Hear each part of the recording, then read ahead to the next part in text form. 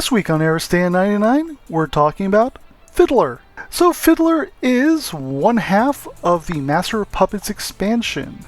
This is actually probably one of the most interesting expansions that have come out, simply because it brought in such a great new mechanic and concept to the game, that of the controllers and the minions. We do have a video on that as well, I should add. So Fiddler weighs in with an initiative of 6. Wow. Movement of 4, energy of 5, and a health of 3. When you look at her defense of a green and a black, yes, she is squishy, and yes, she does want to go first. So definitely something to keep in mind with her. Her brawn roll is a blue, which is okay, and her disengage is a orange, which is fine. Now then, her character switch is actually a fun one. For one success, you can impose the focus state to one of your Vulcan Jackpots.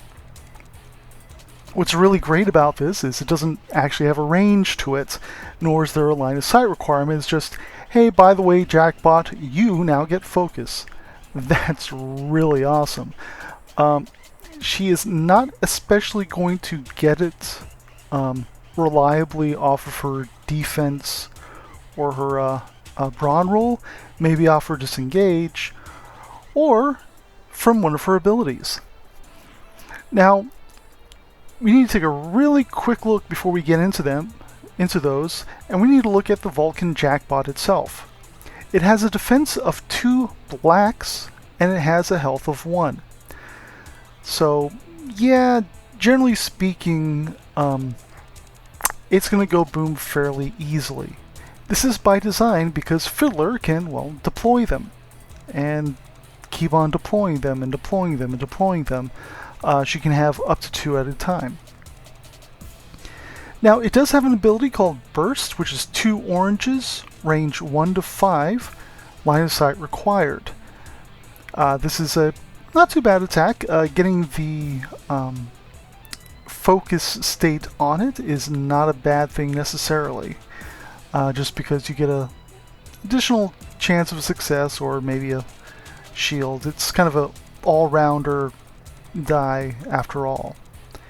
Now, for 1 shield, which certainly you would possibly get from the yellow, orange will have it as well.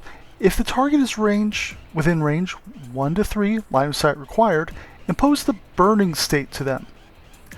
Burning is, of course, a scary state, but this gives the Vulcan Jackpot a little bit more teeth when it comes to dealing with, say, melee characters who prefer to be up close. So, you know, your Musashi, your Sona, Max, and frankly, Max and fire is usually a good thing.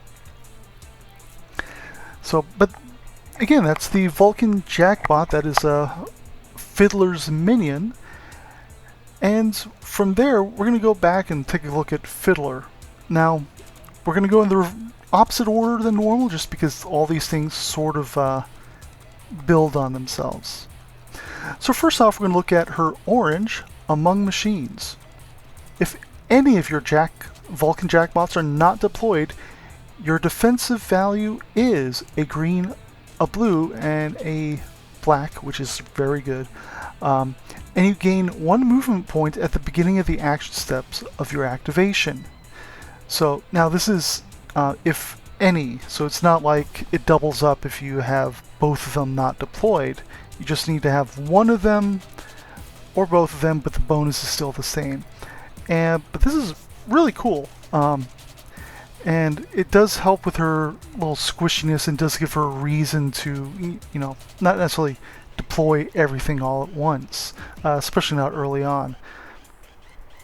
Maybe when she's got a little more defense around her via her teammates or positioning, you know, it's like, okay, I'm safe, I can put out both Jackpots, but there is a reason to not necessarily put them both out at once.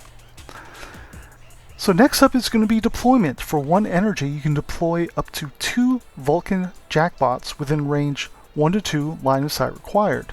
So this is nice, you can actually get them both out at once. This, however, is the way you get the jackpots out. If you happen to be facing an Oberon, this would be the ideal one for him to silence, because it kind of neutralizes her altogether. So do be mindful of that. But again, range 1 to 2, and as we discussed in the controller minions video, they cannot be adjacent to each other. So there has to be at least 1 hex apart.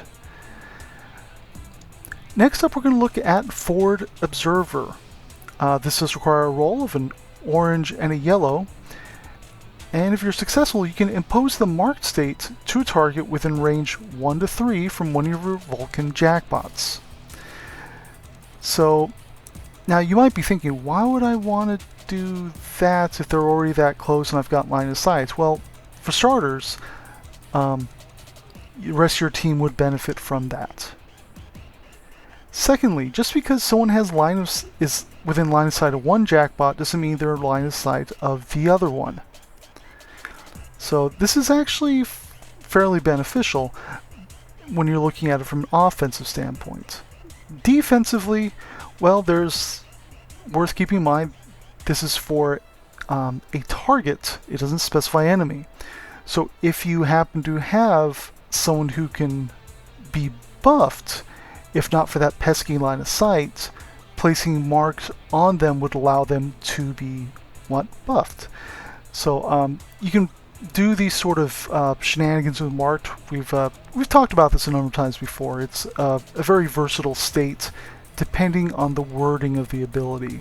And with Forward Observer, yeah, you know, I could totally mark you and hopefully get an ability on you. Get you a positive state of some sort. Lastly, we're going to have remote activation. This is sort of your meat and potatoes, as it were. So for 2 energy, you get 2 yellow dice. Now, this is the thing that throws some people for a loop initially. Is like, what am I rolling for? Because the ability has the double arrow, which means it's automatic. And that ability is, one of your Vulcan Jackpots may perform Burst. What you're rolling for here is to try and get the switch, which is a shield and 2 exclamation points out of 2 bangs. After resolution step of this action, one of your Vulcan Jackpots may perform Burst. So it doesn't have to be the same jackpot, as far as I can tell from the wording. But basically, what it means is you get to attack again. Now, keep in mind, the controller's rolls cannot activate the switch on the minions, and the minions' rolls cannot activate the switches on the controller. So there is a limit here. Generally speaking, you will, if all Fiddler's doing is attacking and she just has her 5 energy, she can attack a minimum of 2 times, but possibly up to 4 times. And this is really important for her, because that's kind of basically going to be how you put out a lot of fearsome, terrifying damage and fire, and it's part of what makes Fiddler so scary, that she can safely do these distance attacks. It's a close range for the jackpot, you know, close to low mid range for the jackpot, but Fiddler herself is away from there, and she doesn't have to make the face-to-face roll that the jackpots do. So that's huge. That's part of what makes her interesting, and if you want to start playing those fun sorts of setup chess game type things, well, Fiddler might be your girl. So let's look at her tactics. First off is Outbreak. During the action step of Fiddler's activation, of course, choose up to 3 allied minions, inflict 1 damage, and impose the burning state to each enemy minion adjacent to any of the chosen minions. Remove the chosen minions from the hexadome. Now, you're going to be saying, well, that's kind of cool. But there's an implied synergy here. It's not expressly stated. It's up to 3 allied minions. Fiddler can only put out 2. So if Gaia is on the team, Gaia has allied minions, which means you actually have a total of up to 5 to choose from. So you pick 3, out of the 5, you can pick up to 3 of them to go kaboom. This actually is a very nice synergy with them, and it's something that if they bring out more minion and controller types, is something that'll again be just a great fun card to use. So would you want to do this with the jackpots? Yeah, that's going to be a good thing with the jackpots, but using it, say, with jackpots or Gaia's minions, because those are meant to actually block lanes of access. They're more of a melee type of thing. So you kind of have to get next to they're only useful if they're next to someone or blocking off an area.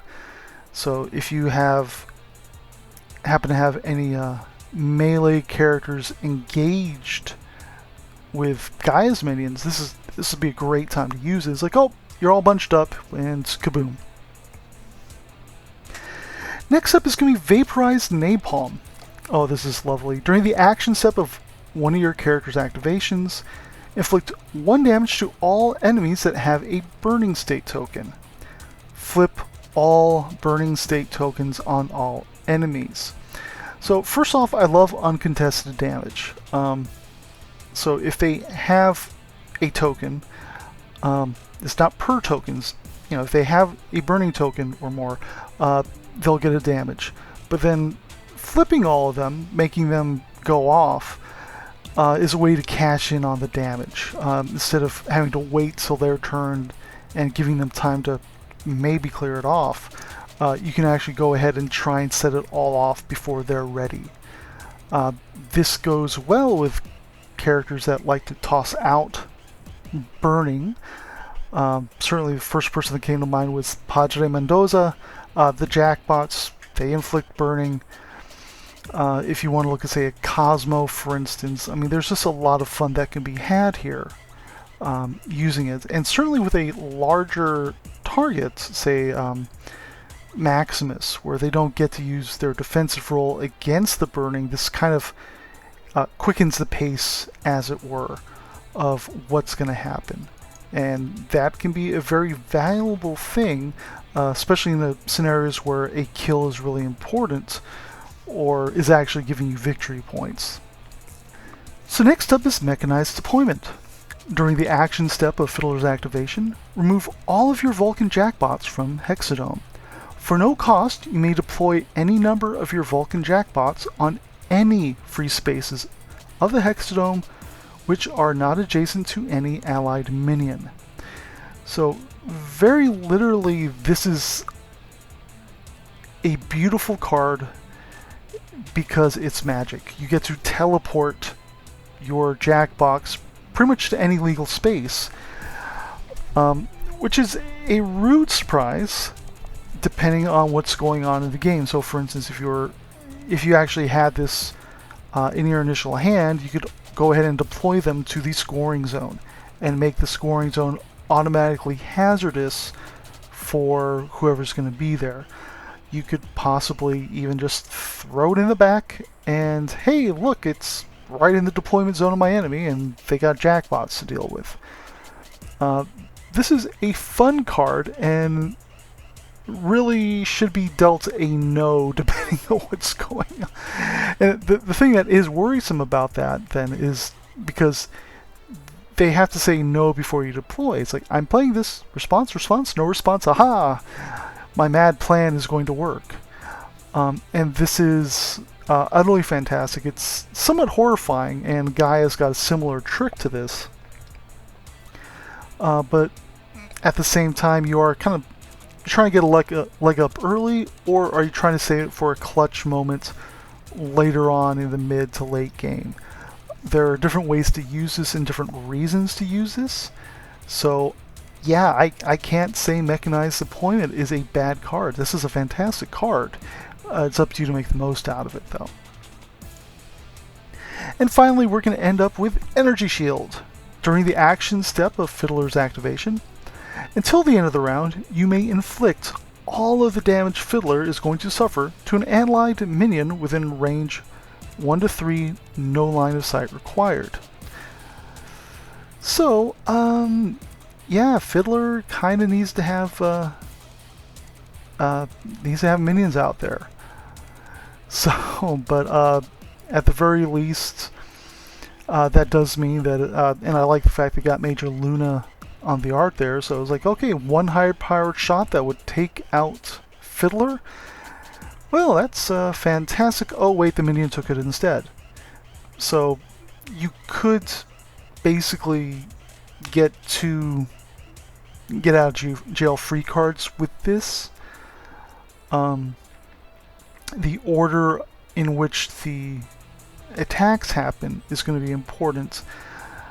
An enemy might decide to, okay, since you're doing that, I might just go ahead and pick another target, or again, this could be a no-worthy moment, certainly. The later it is, kind of the less bang for the buck you'll get out of it, but if you deploy it too early, then depending on the opposing team, it might not save you from who you want saving from. So you kind of have to weigh the length of time, because once you deploy this, it's during your turn, you're not going to get to deploy any more jackpots necessarily.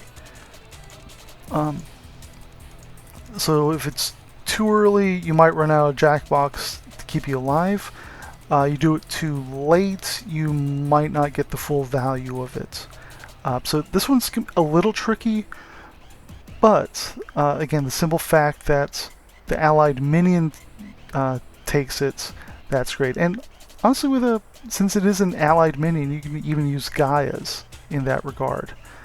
But it is a little fiddly in terms of, where are you, when is this happening, are they in range?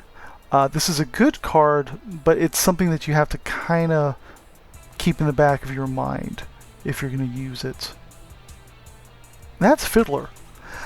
I've played her a few times. Certainly the rest of the guys adore her. She is a fantastic character, a lot of fun. And it's one of those that I think is I think a beginning player could handle her. An intermediate and better experienced player would probably just adore her, depending on the scenario. She's a fun, versatile character, and I think she's got a place in many different lineups. So that's it for this week. Next time we're going to be talking about Fiddler's partner in crime, Gaia. Like, comment, and subscribe. We'll see you next time. Bye.